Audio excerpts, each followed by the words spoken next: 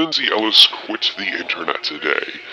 And, this had to do with the woke mob, the pseudo-intellectuals. If you've seen the documentary Wild Wild Country, you've probably heard the farmer saying this quote about people who joined OSHA, what that called, and it goes, there's a difference between real smart and common sense.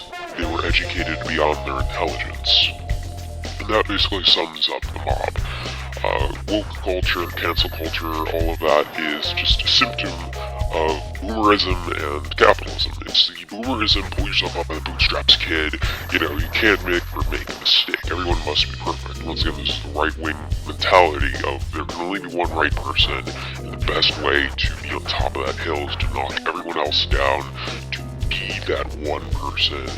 And there's, a lot of self-hate within the left, or, the internet left, not the real left, but the internet left, the American internet left, is subject to American narcissism and American self-hate, in which, a successful woman must be picked apart for any fucking reason whatsoever. We saw this with Lana Wachowski and her stupid yarn hair, where that was reason enough to hate her guts because, she ruined my movie. Shut up. No one cares about the goddamn Matrix. And you see the same thing with Lindsay Ellis, where it was like, I genuinely could not remember what these controversies were about, like defending Natalie Wood of ContraPoints because she brought on a douchebag to her show. Big fucking deal. You expect people to defend their friends. That's not out of the ordinary. Supposing they even are friends, or, she stated pretty clearly on her big thing. I'll put a link in the Internet Archive. She made it private again. The thing was that, she was talking about these people drop them, this, drop of a hat. It's like you lose popularity and then bam, you're gone. And the woke mob of, right-wing morality, and it is right-wing morality, it is absolutely, I think, the line that really sums it up. Let me pull this up real quick. It's, feminist queer spaces are more willing to criticize people than abusive systems because they want to reserve the right to use those systems for their own purpose. And I think that is it to a T.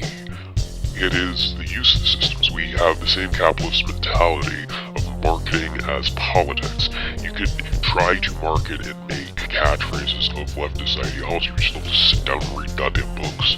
And what is the plan of action? Go out and protest. This was liberal action. The liberals were the ones who went out and protested, and what did I guess? Nowhere. And this catcalling shit is ridiculous.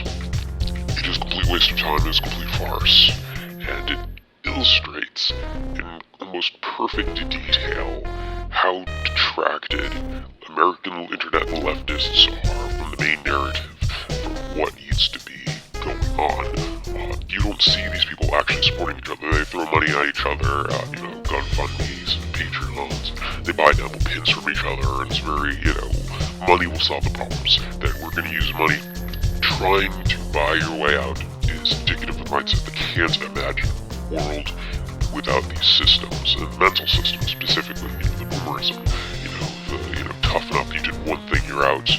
Human beings need to be perfect celebrities, and you gotta imagine what kind of complete sociopath you have to be to pretend like you were that person, that you were perfect and never, did anything wrong, that, you never enjoyed a Smith song, that, you'd hear it somewhere in a cafe and go, oh, that was a catchy song. No, that never happened because, Morrissey's a piece of shit, and he is.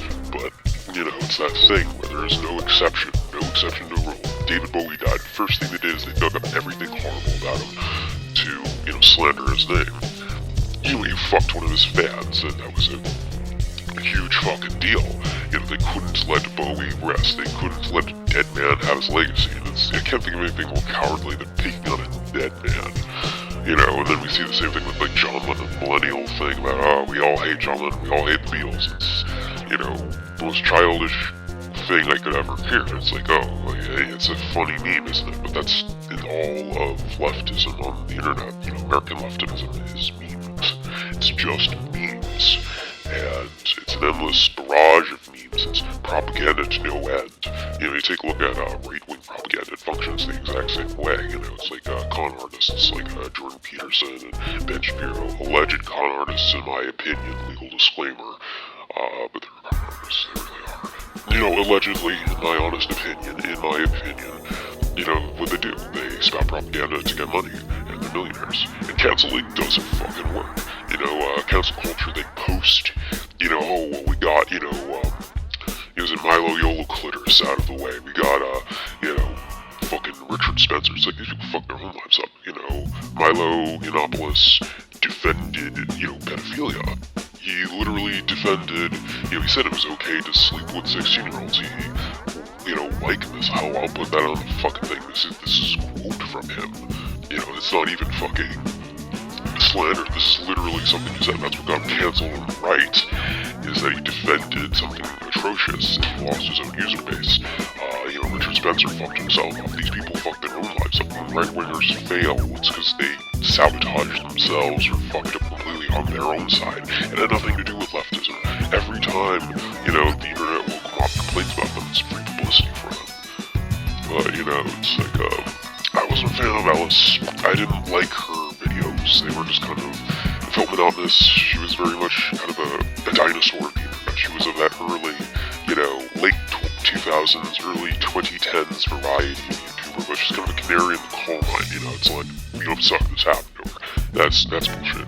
She's canary in the coal mine. It's kind of an indicator of what's gonna happen, is that eventually, the woke disaster is gonna implode, and, it's gonna take the reputation of leftism with it. It's gonna take the reputation of anarchists and Marxists with it, and it's gonna be the end of the fad. It's one of those things where, there hasn't been real leftists in this country since, the fucking 60s. We haven't had real activists since, the 90s perhaps. It's all a fad, and we have lost the plot, and we lose everything. You take a look at what happened at Standing Rock. It got revoked, it was years of protest, and then what happened? Bam. Fucking, all those Obama era, stays to keep the pipeline out gave away. And I've said it 4 million times. We have lost the battle. It is such a losing battle because we don't have real fighters. You look at people in Chile, look at France, they riot in the streets when shit goes south. Those are real brave people. They're people in true dictatorships, military dictatorships, where they will get killed or imprisoned for life for protesting. They get out on those fucking streets and they do shit.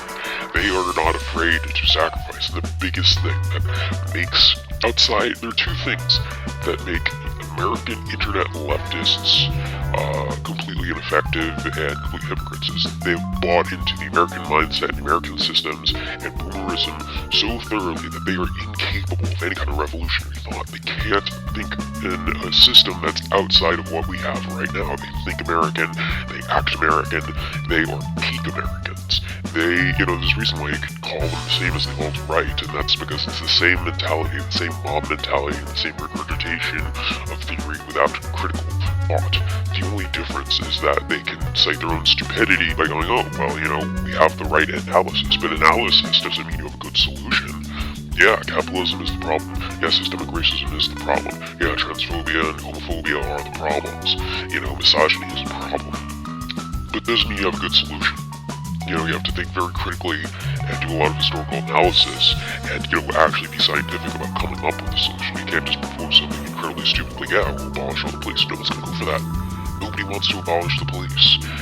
That's a stupid meme, and it's never gonna get us anywhere with police reform. It is the dumbest fucking meme ever, and for every person who supports that, we're losing actual ground in, police reform. We could have reform. We're never going to have it because of these people. And, the second thing is that they exist complete selfish apathy. These are people unwilling to sacrifice. Americans are unwilling to sacrifice. You see people like go to war. Those are people willing to sacrifice. There are firemen who go into burning buildings. They are willing to sacrifice. But the average American is not willing to sacrifice. The average American, the average leftist will not make sacrifices. They want everything the way it is. To go back to the Matrix, it's like they want to awaken from the Matrix while still being plugged in. They want to both be part of the system and break free. They cannot imagine a world. They cannot have a mindset where they can break free of this shit. And the whole woke mob is just so endemic of this. It's ridiculous. But nothing's gonna change. Well, you know, this is gonna fade though.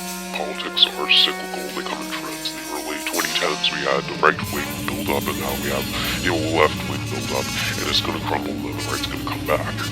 You know, it's inevitable. We're seeing this, you know, the fractures are showing. No one wants to really advocate leftism when it's so hollow and so insincere and so ignorant and not accomplishing anything. This is the state of internet leftists of America. They, you know, these people from America, they just don't get it. Like an underdog, they don't get it. You know, maybe we'll see a real left come, maybe we'll see actual leftists and revolutionaries come sometime in the future. Maybe. It's a big maybe.